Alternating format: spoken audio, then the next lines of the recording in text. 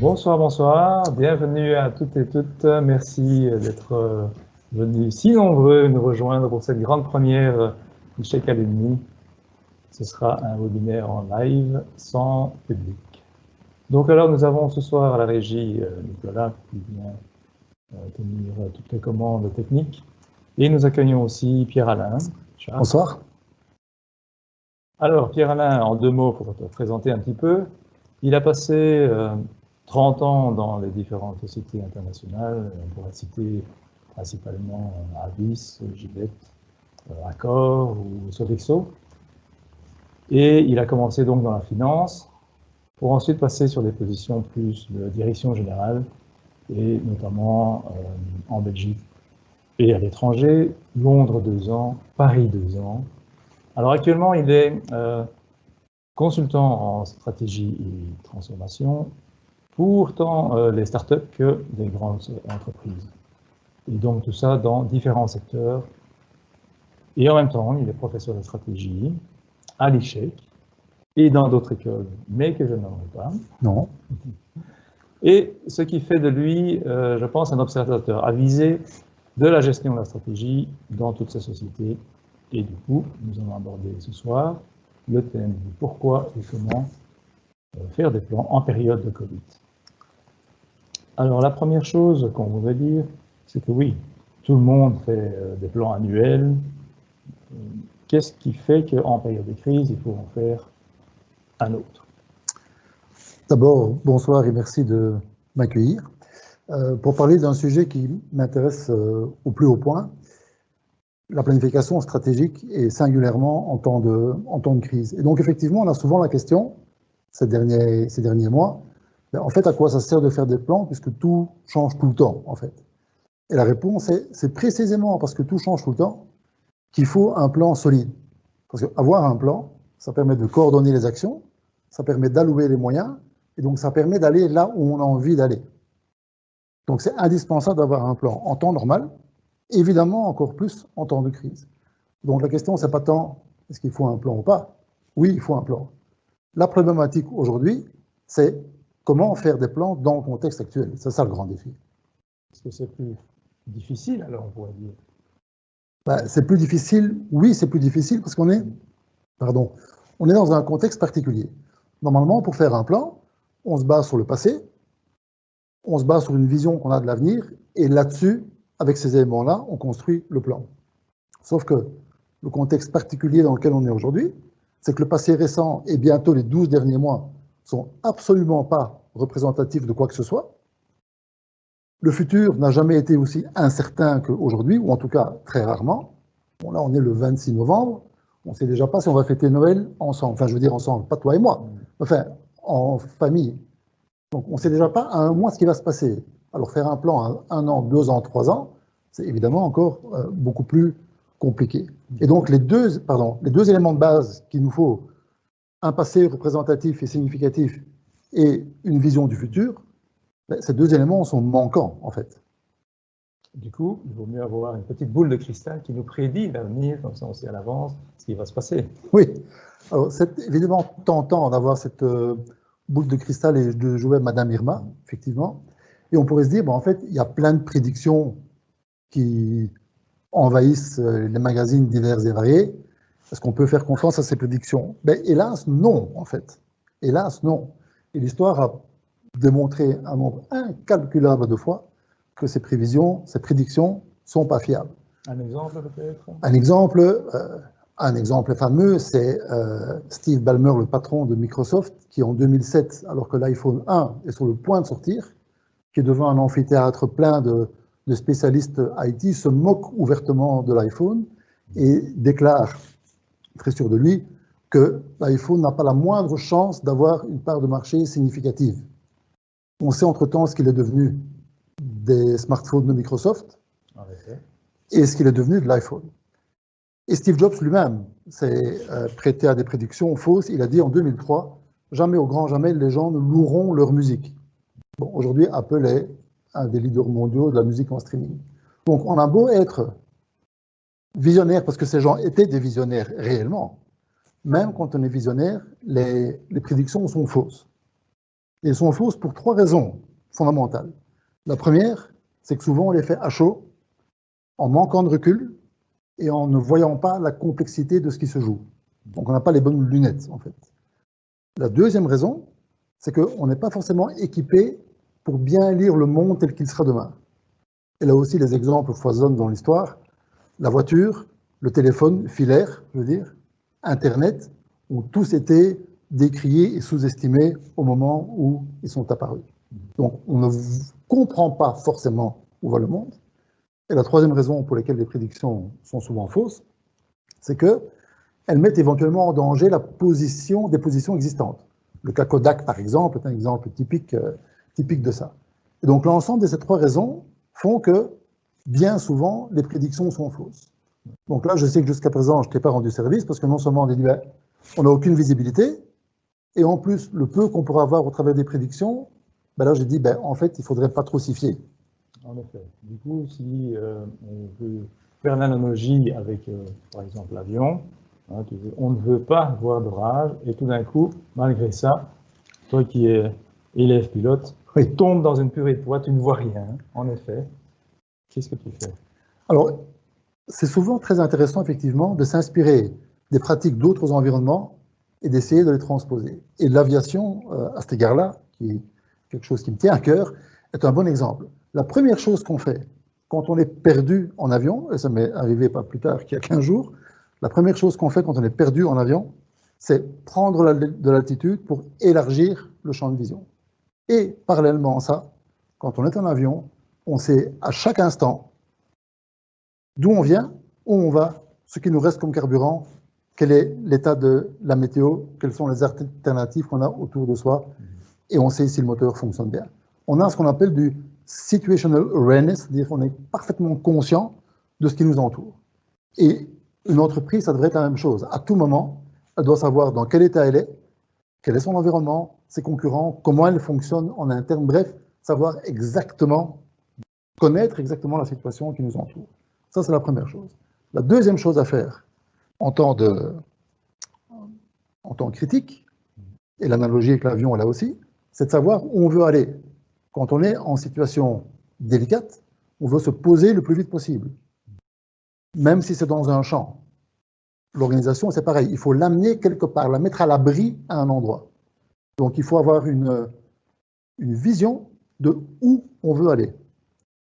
Et puis surtout, quand on est réellement en situation critique, on ne se fie surtout pas à nos perceptions. Pour l'anecdote, quand tu fais du vol à vue en avion et que tu es pris dans un champ nuageux, si tu te fies à tes perceptions, il te reste 180 secondes à vivre. 180 secondes. Ça fait peur, ça. Hein? C'est pas le but de faire peur, mais c'est la réalité parce que tu pourrais être sur le dos sans t'en rendre compte quand tu es dans un nuage. Et donc, il faut se fier à des éléments objectifs qui sont les instruments. Donc, quand on est en situation critique, on vole aux instruments. Et dans une organisation, ça devrait être la même chose, on devrait voler aux instruments. Donc là, en avion, on voit bien les instruments, c'est les compteurs, les écrans et tout ça. Ouais. Mais si on fait une analogie par rapport à l'entreprise, quels sont ces instruments? Bien, les instruments qu'on a à notre disposition dans une entreprise en situation critique, où on n'a absolument plus aucune visibilité, comme c'est le cas précisément maintenant, c'est 3 choses. 1, on se fie aux mégatrends. On va en parler dans une seconde. 2, sur base de ces mégatrends, on crée des scénarios qui nous redonnent une vision de ce qu'est un possible futur. Et quand on a ce ou ces scénarios, on construit des plans autour de ça. Ça sont les instruments, en fait. Du coup, tu parles de mégatrend, c'est un mot qui m'a l'air assez tendance et à la mode, on va dire. Qu'est-ce que tu entends exactement par mégatrend? Alors, c'est vrai que c'est le mot à la mode, ça m'embête un petit peu que ce soit à la mode parce que c'est un instrument qui mérite plus que d'être simplement à la mode. Alors, un mégatrend, et c'est ici la partie la plus difficile pour moi, parce que c'est en fait facile à comprendre, mais difficile à expliquer. Donc, je vais faire de mon mieux. Nous sommes tout oui. Je vais faire de mon mieux. Les mégatrends, il faut les voir comme, premièrement, une source importante de disruption. Ça veut dire que c'est comme des plaques tectoniques, ça va changer fondamentalement le paysage, fondamentalement et durablement, et de manière définitive. Une grande vague. Le parallèle avec une grande vague est très bien aussi. Ça change le paysage, et c'est là qu'on le veuille ou non. Le fait qu'on aime cette vague ou qu'on ne l'aime pas n'a aucune importance parce qu'elle est là. Okay? La seule question, c'est qu'est-ce qu'on en fait, en fait. Bon. Donc, disruption. Parce que c'est quelque chose de très important, un courant fort qui traverse. Le deuxième élément, c'est qu'il faut savoir que c'est un système autonome. C'est-à-dire qu'un mégatrend a sa propre énergie. Donc, ça veut dire qu'on ne l'arrête pas, on ne l'accélère pas, on ne le freine pas, il vit sa vie. Vraiment le tsunami. Hein. Il vit sa vie, c'est tout à fait ça. Ce sont des phénomènes d'amplitude plutôt longue. Donc, on n'est pas dans le petit phénomène à la mode, justement, qui va durer 6 mois, 1 an ou 2 mois. Non, on est dans des amplitudes de 10-15 ans, ce qui assoit encore plus la force de ces vagues qui arrivent. Ce n'est pas une vaguelette, c'est une grosse vague et elle dure extrêmement longtemps. Tsunami. Et c'est ça qui lui fait changer le paysage. Et c'est un moteur de changement. Et là, c'est important de faire la distinction. Ce n'est pas le symptôme du changement, c'est le moteur du changement. C'est-à-dire que les changements, le télétravail par exemple, on pourra en parler, le télétravail est un changement qui se trouve à la convergence de différents mégatrends. Donc les mégatrends ne sont pas les changements, mais leur association peut faire un changement. Et last but not least, c'est un phénomène humain. C'est-à-dire que la convergence des mégatrends ne se transforme en changement que parce que nous, collectivement, nous nous approprions quelque chose à un moment donné. Et le changement, c'est nous qui le faisons. Les mégatrends sont là indépendamment de nous, mais ce qui fait que ça peut provoquer des changements, c'est nous qui nous les approprions. Alors, je vais prendre un exemple à la mode, puisque tu parlais de choses à la mode, le télétravail, par exemple. Bon, le télétravail n'est pas un mégatrend. Il est à la convergence de 4 mégatrends. Et ce que je ne t'ai pas encore dit, c'est qu'on distingue, selon les instituts qui publient, mais autour d'une quinzaine de mégatrends.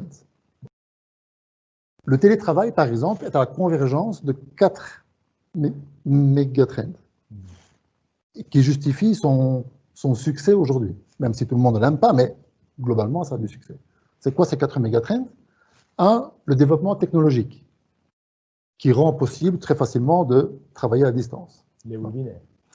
Par exemple, c'est l'exemple typique. Deuxièmement, un autre mégatrend est l'individualisation. Nous sommes constamment de plus en plus à la recherche de produits et services individualisés. L'anecdote autour de ça, c'est ton nom que tu peux mettre sur le pot de Nutella, par exemple. Typique de l'individualisation.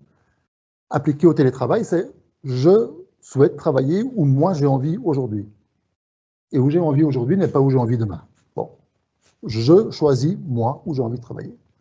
Troisième mégatrend qui vient là, c'est ce qu'on appelle l'immatérialisation. L'immatérialisation, c'est la préséance du mieux sur le plus. C'est notre volonté de vivre mieux, de ne pas vivre avec plus. C'est la recherche de sens, c'est la recherche de purpose, d'un but. C'est les valeurs sont plus importantes que la quantité. Et donc ça interroge sur, appliquer de nouveau au télétravail, quel sens ça a d'être obligé de travailler à un seul point fixe qui serait le head office d'une entreprise. Ou 2 heures de trafic. Quel sens ça a? Et le trafic, c'est le 4e mégatrend qui rentre dedans, c'est le développement durable. On se dit, si on n'est pas obligé, pourquoi est-ce qu'on devra aller s'engluer dans des embouteillages et polluer, alors qu'on pourrait très bien faire ce qu'on a à faire de chez soi, par exemple, ou à côté de chez soi. Donc voilà, 4 mégatrends qui, quand ils convergent, peuvent donner le télétravail. Et le télétravail, il existe pour une seule raison, qui est que beaucoup d'entre nous en apprécient les avantages. Il n'y a pas que des avantages, mais il y a aussi des avantages. Donc voilà, un mégatrend, c'est ça, c'est cette vague qui va durablement changer les choses, et c'est à la convergence de ces vagues que les changements se forment. Ça, c'est les mégatrends. Ok, maintenant on voit un petit peu plus clair sur les mégatrends. Du coup, pour en revenir au plan, Ouais. qu'est-ce qu'on fait avec ces mégatrends? Alors, ce qu'on fait avec ces mégatrends, la première chose à faire, quand on veut se faire un plan, c'est de dire quels sont, parmi les 14-15 mégatrends recensés, quels sont ceux qui vont impacter mon business à moi dans la situation dans laquelle moi je suis. Parce qu'il est évident qu'on est tous plus ou moins touchés par tous les mégatrends, mais pas aussi fort par les uns que par les autres, suivant qu'on est dans le business de l'IT, ou suivant qu'on est dans le secteur social, ou selon qu'on est en Europe ou aux États-Unis. Donc, le mix de mégatrends qui nous touche ne va jamais être exactement le même d'une entreprise à l'autre. Donc, la première chose à faire, c'est sélectionner les 4-5 mégatrends qui vont impacter le plus fortement le business qui est le nôtre. Une fois qu'on a fait cette sélection, on part en imagination et on crée des scénarios, on fait du scénario planning, on se dit, OK, si ces mégatrends se rejoignent avec une certaine force, qu'est-ce que ça peut donner dans le futur? Un exemple, si tu veux, dans l'enseignement, puisqu'on a l'échec, si tu prends le mégatrend développement technologique, si tu prends le mégatrend industrie du savoir, économie du savoir, si tu prends comme mégatrend l'individualisation, tu ne prends que ces trois-là, tu te dis, OK, en termes de formation continue, ça veut dire qu'au pire du pire, les candidats à la formation pourraient se faire leur module eux-mêmes, en fonction de ce qui leur est utile à eux, et pas acheter un programme tout fait. Ils se construiraient leur module qu'ils suivraient à distance de chez eux. Et donc, ça veut dire quoi si on est échec formation continue, par exemple? Ça veut dire au pire du pire que dans X années, en fait, on n'accueille plus personne physiquement, mais on crée des modules qui sont disponibles sur Internet. Ça ne veut pas dire que la réalité va aller jusque là-bas. Mais ce qui est certain, en revanche, si on se base sur les mégatrends, c'est que la réalité sera quelque part entre où on est aujourd'hui et ce futur extrême. Et donc, ça permet déjà de resserrer le champ du possible et de savoir dans quelle direction on va. Donc ça, c'est la deuxième chose qu'on fait. On choisit les mégatrends et sur base de ça, on construit des scénarios. Et ces scénarios, il faut alors en retenir un ou deux, trois, pour autant qu'ils soient plus ou moins cohérents et proches les uns des autres. Et alors, on a une vision de ce qu'est un futur probable. Okay. Du coup, en ayant choisi un ou deux scénarios qui ne sont pas opposés l'un à l'autre, quelle est l'étape suivante? Alors, l'étape suivante, c'est, avant de faire des plans autour de ces mégatrends et de ces scénarios, la première chose à faire, c'est d'évaluer à quel point ces scénarios futurs vont toucher notre organisation. Parce qu'on peut très bien dessiner quelque chose comme futur probable qui est très différent de ce qu'on connaît aujourd'hui. Donc on va se poser la question, comment ça pourrait changer mon environnement? Comment ça pourrait changer la manière dont mes concurrents travaillent? Mais surtout, comment est-ce que mon organisation va être changée? Est-ce que j'ai toujours les bonnes compétences pour aller là où je pense qu'on va aller? Est-ce que la culture de ma boîte est toujours la bonne? Est-ce que mes process, est-ce que mon organisation, est-ce que la configuration de mon entreprise est-elle encore la bonne? Et donc ça, c'est très important de faire cette évaluation, parce que sinon, tu risques de partir traverser le désert avec des skis de fond, ce qui n'est pas précisément facile. Ça me semble être beaucoup de questions. Et qu'est-ce qu'on a comme outil pour répondre à ces questions qui m'ont l'air quand même assez importantes? Eh bien, tu m'as dit que les mégatrends étaient à la mode. Je vais te parler d'un outil extrêmement ancien, qui est la SWOT. En effet. Bon, là, j'arrive avec rien de neuf. Mais la SWOT est en fait un outil extrêmement puissant, pour autant qu'il soit bien utilisé. Et de mon expérience, dans les entreprises et en dehors comme consultant, il est rarement bien utilisé. Parce que il faut voir la SWOT comme un instrument de mesure de l'entreprise par rapport à son environnement. Et donc, il faut impérativement d'abord faire une analyse de l'environnement. Il y a différents frameworks pour ça, comme Pestel par exemple, mais il y en a d'autres, peu importe en fait lequel on emploie, pour autant qu'on ait fait une analyse de l'environnement. Et c'est seulement quand on a analysé, quand on connaît son environnement, qu'on peut savoir si un caractère est un risque, une opportunité, une force ou une faiblesse. Parce que c'est toujours en relation avec quelque chose d'autre. C'est un peu comme si, imaginons 2 secondes, que tu mesures 2,10 m. Bon, ce que tout le monde voit qui n'est pas exactement pas encore, le cas. Bon. Mais imaginons que tu mesures 2,10 m. Mesurer 2,10 m n'est ni un avantage ni un inconvénient dans l'absolu. Si tu veux jouer au basket, c'est un super avantage. Par contre, si tu veux faire de la spéléologie, c'est déjà nettement moins un avantage. Donc en fait, la SWOT, c'est quelque part la théorie de la relativité appliquée à l'entreprise. Donc une SWOT bien exécutée, sur le plan méthodologique, est un outil extrêmement puissant qui permet de s'évaluer par rapport au futur environnement qu'on vient de dessiner dans le scénario planning. Ok, du coup, on a le scénario, on a plus ou moins les impacts. Qu'est-ce qu'il reste à faire après? Ben, il reste à revenir à la question d'origine, le plan. Parce qu'en fait, tout ça, ça doit mener à pouvoir faire un plan. Parce qu'encore une fois, pas de plan, c'est-à-dire pas de coordination des actions, pas d'allocation de moyens, et donc on va un peu où le vent nous porte. Bon, c'est pas le but d'aller là où le vent nous porte. Donc on fait un plan. Donc à partir du moment où on a sélectionné le ou les scénarios qui se ressemblent assez pour être globalisés, bien là-dessus, on construit un plan qu'on va exécuter de manière la plus agile possible. Alors agile, j'entends pas agile dans le sens on met des post-it partout sur les murs. Je ne parle pas de cette agilité-là. Je parle de l'agilité dans le sens réévaluer constamment le scénario imaginé par rapport à la réalité qui est en train de se dérouler et réadapter constamment. Parce que le scénario qu'on a fait n'est jamais qu'une projection, hein. Ce n'est pas la réalité. La réalité, elle se passe au jour le jour. Donc il faut sans cesse réajuster ce qu'on avait imaginé. Et être prêt à allouer les ressources et à les réallouer, à les rediriger de manière très rapide. Parce que là, de manière agile à nouveau, c'est-à-dire que des ressources qui sont dans ton département jusqu'à présent, il se peut très bien qu'elles doivent aller dans le département de Nicolas demain parce que l'entreprise et les circonstances l'exigent. Et donc, il faut pouvoir être très souple avec ces ressources. Et surtout, et j'aurais presque pu commencer par là, on adapte son leadership. Parce qu'il ne faut pas oublier que dans une situation de crise, on a des équipes derrière, on a des hommes et des femmes qui sont en situation d'incertitude. Et donc, plus que jamais, le leadership est important. Donc là, il y a 4 choses qui me semblent essentielles sur base de mon expérience. La première, c'est d'être extrêmement transparent dans la communication. Dire les vérités telles qu'elles sont, même si elles sont difficiles à entendre. Mais en même temps, donner un espoir crédible.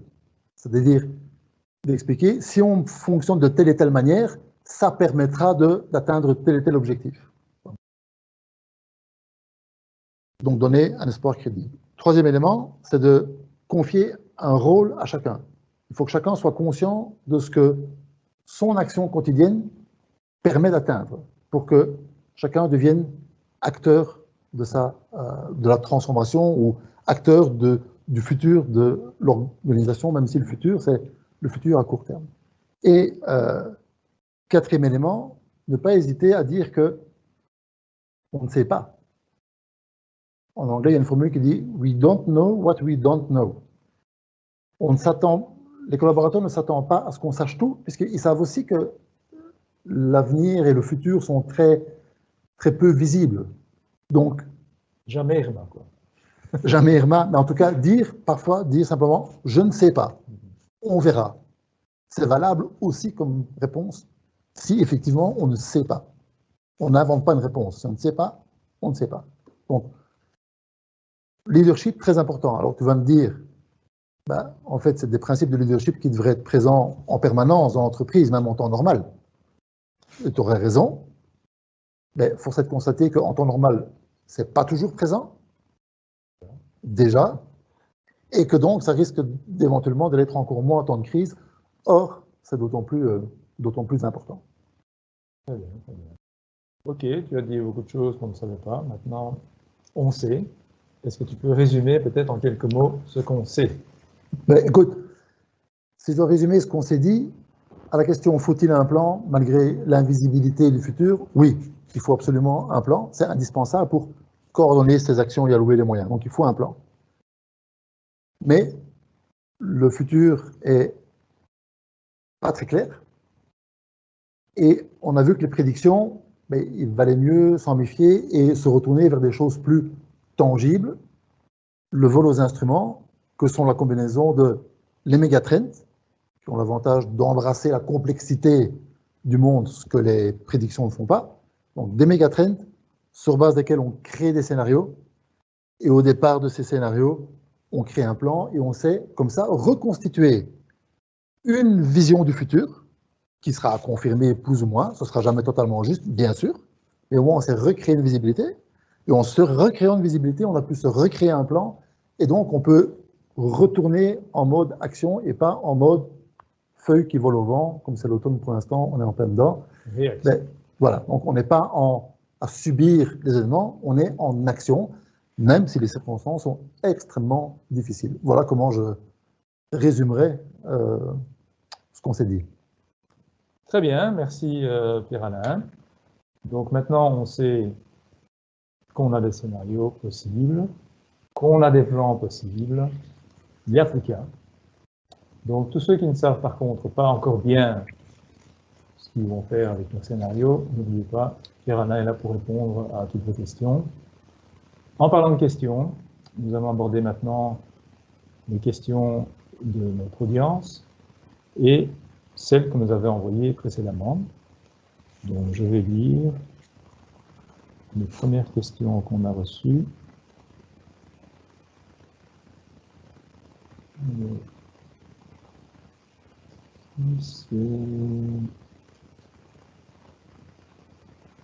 Mégatrends, différents scénarios à prendre en compte.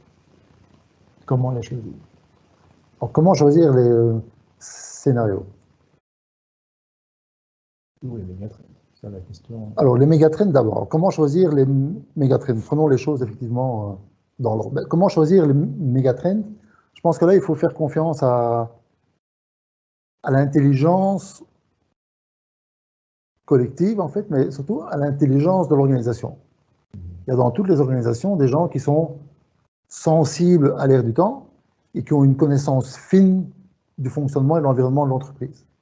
Donc, il faut mettre ces personnes-là une demi-journée ou une journée, suivant la taille, autour d'une table et se faire expliquer les mégatrends pour que chacun ait la carte, et puis de les faire discuter entre eux et les faire choisir entre eux ceux des mégatrends qui leur semblent à eux les plus pertinents. Ce qui est important dans ces moments-là, sans vouloir prêcher spécialement pour ma chapelle, mais la méthodologie et l'objectivité du processus sont clés pour sa réussite, évidemment. Parce que le grand piège là-dedans, c'est les biais cognitifs qui consisteraient à rester, par exemple, ancrés sur des solutions qu'on connaît déjà et négliger des pistes qui seraient trop disruptives par rapport à ce qu'on connaît. Donc, se faire accompagner dans ce processus pour non seulement avoir la méthode, mais aussi cet apport d'objectivité permet assez rapidement, avec les bonnes personnes autour de la table, de sélectionner les 4-5 mégatrends qui sont les plus pertinents. Une fois qu'on a ça, effectivement, il y a la construction et le choix des scénarios. Mais c'est surtout la construction qui est clé, en fait. Et là, de nouveau, il faut des gens avec ce bon feeling, avec cette bonne connaissance de l'entreprise, et qui vont pouvoir partir en abstraction, et qui vont pouvoir s'emparer des mégatrends choisis qu'ils ont bien compris, et de projeter ce que devient leur business si on pousse les curseurs à fond. Donc là, on est dans de l'idéation pure, et il y a des techniques de facilitation pour faire émerger ça et pour enrichir ces processus. Et donc, au bout d'une demi-journée ou une journée, on peut se retrouver avec déjà 2-3 scénarios assez bien construits, en tout cas suffisamment pour se dire c'est sur base de cela qu'on va commencer à construire. Donc là, on est en idéation. Et puis, bon, effectivement, si on a trop de scénarios, il faut faire un choix. Dans un monde idéal, on part sur un scénario, mais c'est rarement le cas. Généralement, il y en a 2 ou 3. En tout cas, il faut en retenir 2 ou 3 qui sont suffisamment proches que pour pouvoir être embrassés et pouvoir rentrer dans un plan. Parce que sinon, c'est comme si tu essayes de faire un plan et que tu as un de tes enfants qui dit « moi j'aimerais bien aller à la mer » et l'autre qui dit « j'aimerais bien aller dans les Ardennes ». Tu ne sais pas construire un plan avec ça. Par contre, si l'un Deux dit voitures. « oui, chacun part séparément ». Par contre, si l'un dit « moi je voudrais aller à Coxyde » et l'autre dit « je voudrais aller à Ostende », là tu peux quand même construire un plan parce que les scénarios sont assez proches que pour pouvoir à 95% construire un plan. Bon. Donc, voilà. Mais ce qui est clé, c'est choisir les bons mégatrends et puis partir en idéation pour imaginer des scénarios. Très bien. Alors malheureusement, l'audience ne peut pas répondre. Je ne sais pas si ça a répondu à la question de la personne, mais toujours est-il que j'ai fait une autre question qui était un petit peu en lien. Il y avait donc cette histoire de... Oui, alors toute une série de scénarios à choisir. Tu as parlé d'une demi-journée, alors la personne demande combien de temps ça prend de réfléchir à tous ces scénarios et ces plans. Est-ce qu'on envisage une session qui va durer des mois, parce qu'il faut envisager plein de scénarios? Voilà, c'est un peu la question, le résumé de la question. Des mois, sûrement pas, parce qu'il faut évidemment que la réflexion aille plus vite que le changement de l'environnement. Sinon, tu as toujours un temps de retard. Donc la vitesse prime sur la précision, en fait. Et ça, c'est la difficulté aussi du jeu, c'est que souvent, on aime bien entamer des choses à partir du moment où on a acquis ce qu'on pense être une bonne maîtrise des événements. Bon. Il faut mettre ça un petit peu en parenthèse. La vitesse, aujourd'hui, dans ces temps-ci, la vitesse prime sur la précision. Bon. Donc, ça doit aller vite. Alors, combien de temps ça prend? Là, je vais te faire une réponse qui n'en est pas une, mais après, je corrigerai. Ça dépend. Oui. Mais en effet, c'est très variable. C'est très variable d'abord en fonction du degré de maturité de l'entreprise, de l'organisation. On va parler des situational awareness.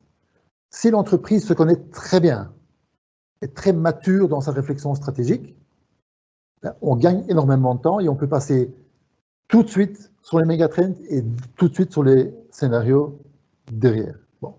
Et je dirais qu'en une semaine de temps, si on colle les temps bout à bout, en une semaine de temps homme, avec les bonnes personnes autour de la table, on peut sélectionner les mégatrends, construire des scénarios et construire des plans assez bien ébauchés pour passer à la mise en œuvre. Bon. Ça, c'est dans le meilleur des cas pour une entreprise de taille moyenne.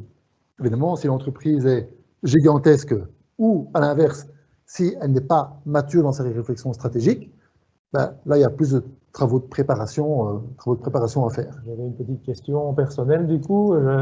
Si on prend la start-up qui n'est justement pas mature, du coup, Ouais. ça veut dire qu'elle doit faire plein de scénarios et tout essayer, et puis se casser la figure.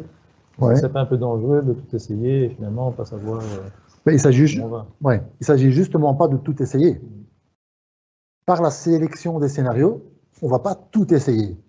On va essayer ce qui nous paraît le plus probable. Oui, mais s'ils ne savent pas très bien qu'est-ce qui va advenir, parce qu'ils manquent de maturité dans leur projection, ils n'ont pas l'expérience de ce qui va se passer. Oui, effectivement, s'ils y vont tout seuls à l'aventure, le risque est d'essayer un peu tout. À nouveau, sans vouloir prêcher pour ma chapelle, mais moi ou d'autres, mais il y a des gens qui sont là pour faciliter ce genre de réflexion et pour les aider, pour amener l'apport méthodologique qui va leur permettre de construire leur plan. Et l'idée, c'est pas de construire à leur place, surtout pas. Parce que l'intelligence du business, elle est dans l'entreprise, qu'elle soit petite ou grande. Elle n'est pas chez un consultant.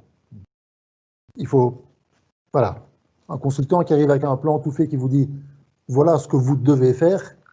Moi, j'ai toujours eu, quand j'étais en entreprise, la plus grande méfiance pour ça.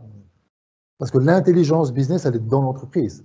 Par contre, l'apport méthodologique, le benchmarking par rapport à d'autres situations, l'apport d'objectivité, le fait de challenger ce qui est dit, pour ça, évidemment, une personne de ressources venant de l'extérieur est très précieuse dans ce temps précis-là.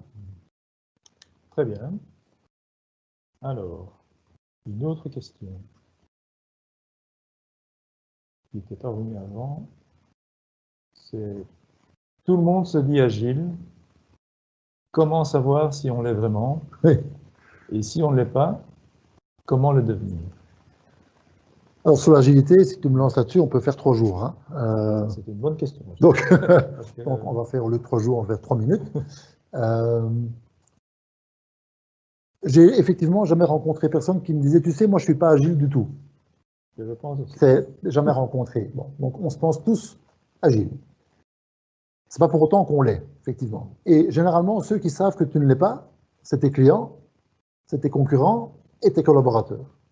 Eux, ils savent. Donc, comment mesurer l'agilité? Il faut poser un diagnostic. Donc, il faut ausculter l'organisation pour poser un diagnostic. Et comment est-ce qu'on l'ausculte?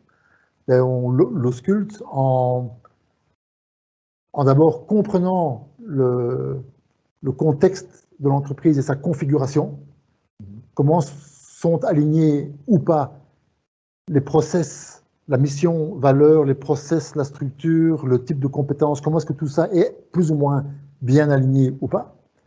Ça, c'est une première approche à faire. Et une deuxième approche à faire, en tout cas c'est celle que moi je préconise et que je pratique, c'est de mener beaucoup d'interviews dans l'organisation pour aller contextualiser ce qu'on a étudié avant sur la configuration justement, parce que l'agilité, elle est dans le vécu au niveau de l'organisation. Et le vécu de l'organisation, elle n'est pas dans la plaquette ou sur la fiche qui décrit mission-vision. Elle est dans l'expérience quotidienne que les gens font de l'organisation. Et c'est donc en étudiant la configuration et en interrogeant les gens, c'est comme ça qu'on peut, in fine, poser un diagnostic. Et là, il est évident que l'objectivité de l'analyse est clé. Parce que si tu te penses agile, ben, donne un marteau à quelqu'un, il voit des clous partout. Si tu te penses agile, tu vas voir de l'agilité dans tout ce qui t'est raconté et tu ne vas pas voir la non-agilité. Donc là, il est impératif que ce soit fait par quelqu'un d'autre que de l'entreprise, parce que sinon, le côté objectivité manque totalement et l'exercice est non pertinent du coup. Du coup, question piège.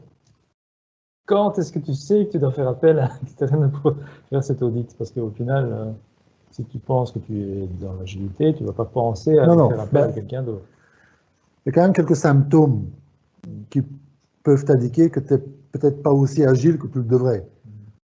Quand le fonctionnement de l'entreprise est un petit peu grippé, quand la collaboration à l'intérieur de l'entreprise ne fonctionne pas bien, que donc les projets mettent trop de temps à être montés, quand il y a une insatisfaction client qui monte ou une satisfaction qui baisse, quand les enquêtes d'engagement en interne ne sont pas tout à fait bien orientées. C'est là que tout ça sont autant de symptômes qui se disent, tiens, en tout cas, il y a quelque chose qui ne va pas comme il devrait, et peut-être que ça touche l'agilité. Okay. Alors, la régie me signale qu'il y a une question. Comment, dans une petite structure, il faut s'y prendre? Comment être agile dans un environnement qui est de plus en plus incertain avec le Covid?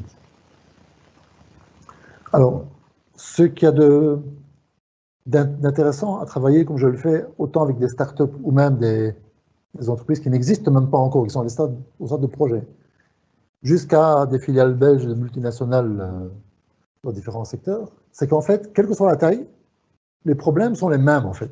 Et les questions qui se posent sont exactement les mêmes. Bon, ça, c'est assez frappant. Évidemment, les moyens de les traiter sont fondamentalement différents, évidemment. Mais les questions sont les mêmes. Et donc, les méthodologies, conceptuellement, et les choses à faire sont les mêmes, c'est juste la manière de les faire qui va changer parce que les moyens ne sont pas les mêmes. Alors, dans une petite organisation, d'abord l'avantage d'une petite organisation, c'est que les choses vont en général plus vite, pour 2 raisons. 1, parce qu'elle est intrinsèquement plus agile normalement. 2, parce que le scope étant moins large, on gagne énormément de temps. Mais petite ou grande organisation, la manière de s'y prendre, c'est se recréer une vision avec, par exemple, les outils dont on a parlé ici, et se projeter dans ce futur probable dont on a parlé. Il n'y a pas de 36 solutions, en fait.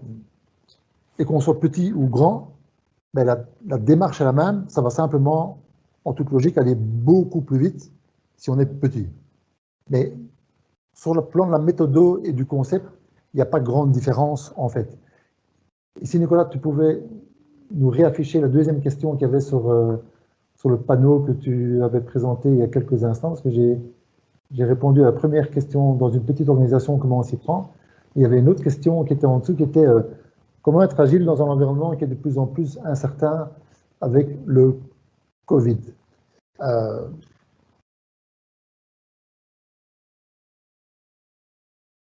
La question, je ne sais pas si la question est comment être agile. Il faut être agile. C'est dommage qu'on ne soit pas en live parce que j'aurais fait reformuler la question. Parce que comment être agile? Comment être agile de manière conceptuelle? C'est être aux aguets des signaux faibles de changement dans son environnement et être capable d'y réagir extrêmement rapidement. Bon, donc c'est être, comme on dirait au tennis, court sur la balle, quoi. Prendre très vite après le rebond, être très rapide. Bon, ça l'agilité. Repérer un signal faible, agir dessus. Voilà, ça c'est l'agilité. Bon, le fait que on soit dans une incertitude ne change pas la manière d'être ou de ne pas être agile. Ça ne fait que renforcer le besoin d'être agile, en fait. Et beaucoup de petits commerçants, par exemple, ont prouvé lors de ce deuxième lockdown ici qu'ils étaient capables d'être agiles. Alors, certains n'ont pas su l'être, mais beaucoup ont su l'être. On a vu du click and collect, par exemple, fleurir un petit peu partout chez des gens chez des commerçants qui jusque-là n'avaient même pas de présence digitale ou à peine. Donc, ils ont été extrêmement agiles. Est-ce que tout était parfait? Bien sûr que non. Mais ça existait. Ça existait. C'est l'action. C'est l'action. Alors, autre question. Quel est votre conseil pour les entrepreneurs qui se lanceront post-Covid?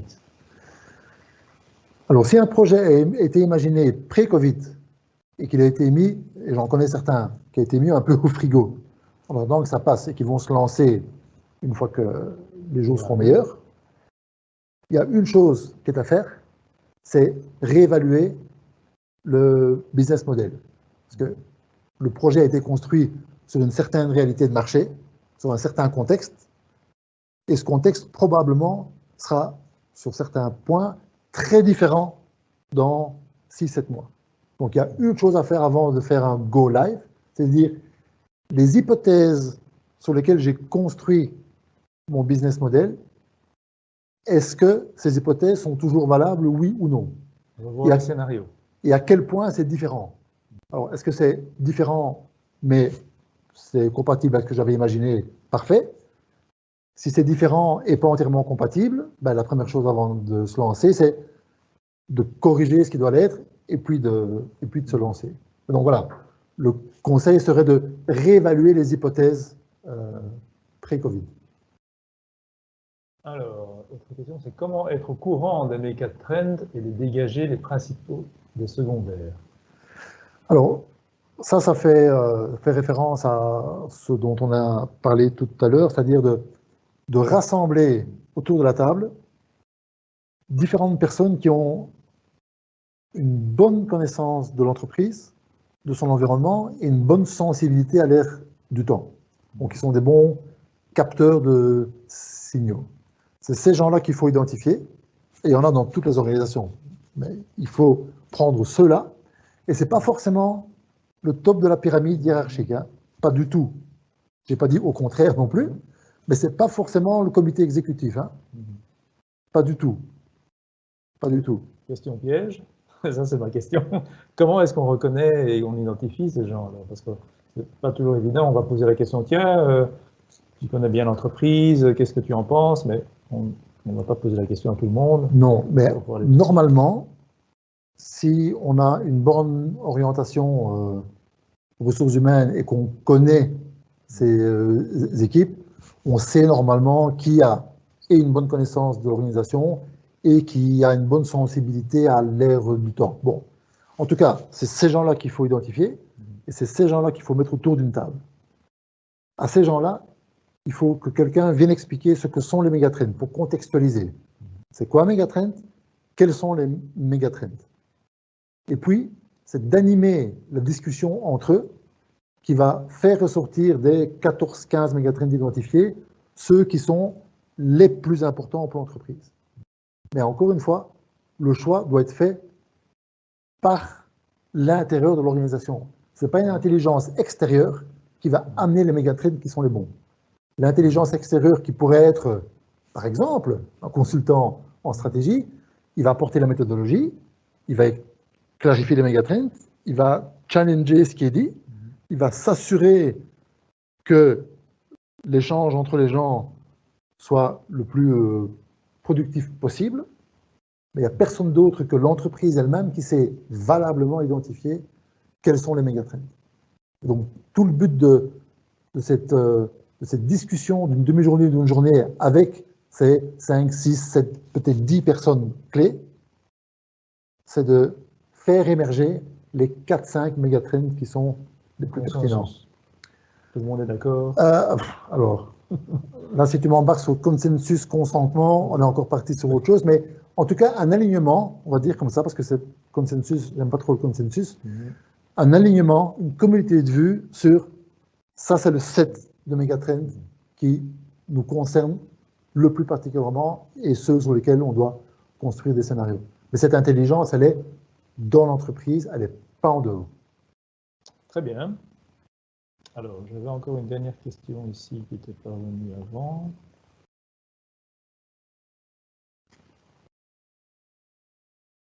Quand on a déjà un plan et qu'on sait ce qu'il faut faire, comment est-ce qu'on sait qu'il faut changer, à quelle fréquence il faut revoir le plan? Sur la fréquence de modification des plans, il n'y a pas de réponse absolue.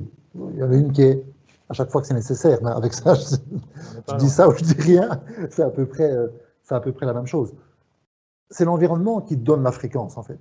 Chaque fois qu'il y a un changement dans l'environnement de marché, il y a une nouvelle technologie qui arrive, il y a de nouvelles habitudes de consommation qui apparaissent, il y a un concurrent qui arrive avec quelque chose d'innovant, un produit ou une offre, ou un go-to-market qui est différent. Bref, chaque fois qu'il se passe quelque chose dans l'environnement, il faut se poser la question, est-ce que si ce que je viens d'observer là grandit, est-ce que ça constitue une menace, oui, non, une opportunité, oui, non? Et si c'est une menace ou une opportunité, qu'est-ce que j'en fais? Mais donc, en fait, c'est l'environnement qui dicte la fréquence à laquelle tu devrais revoir ton plan. Et en fait, si on y pense, refaire un plan ou faire des plans, ça devrait d'une certaine manière être un processus continu, en fait, parce qu'il se passe toujours des choses. Oui, voilà. Très souvent, la réflexion stratégique, c'est un moment dans l'année, souvent très mal vécu par l'ensemble de l'organisation, j'ai assez vu ça, où tout d'un coup, en 15 jours, tu dois produire une masse incroyable de documents dont plus personne ne te reparle après, et dont plus personne ne fait rien, bien souvent. Donc, exercice totalement stérile, en fait. Au contraire de ce moment unique, il faudrait que la validation du plan soit un processus continu. Et je pense que c'est une responsabilité majeure de tout comité de direction, en fait, de constamment s'assurer que son plan ou ses plans soient en phase avec l'environnement, et pas une fois par an. Les choses vont trop vite que pour faire ça juste une fois par an. Très bien. Alors, nous avons répondu à la série de questions qui étaient venues par le canal extérieur et ceux qui ont prévu et qui étaient venus avant la conférence. Nous arrivons au terme de cette conférence. Du coup, s'il n'y a plus d'autres questions, la régie nous dit que non. Nous allons clôturer donc ce premier webinaire qui, j'espère, a été intéressant pour vous. Et nous vous donnons rendez-vous sur le prochain, mais qui n'a pas encore été déterminé. Et nous remercions chaleureusement Pierre Alachard qui est venu partager ses connaissances. Avec grand plaisir, merci de votre invitation. Et nous vous disons bonne soirée. Merci, bonne soirée, au revoir. Au revoir.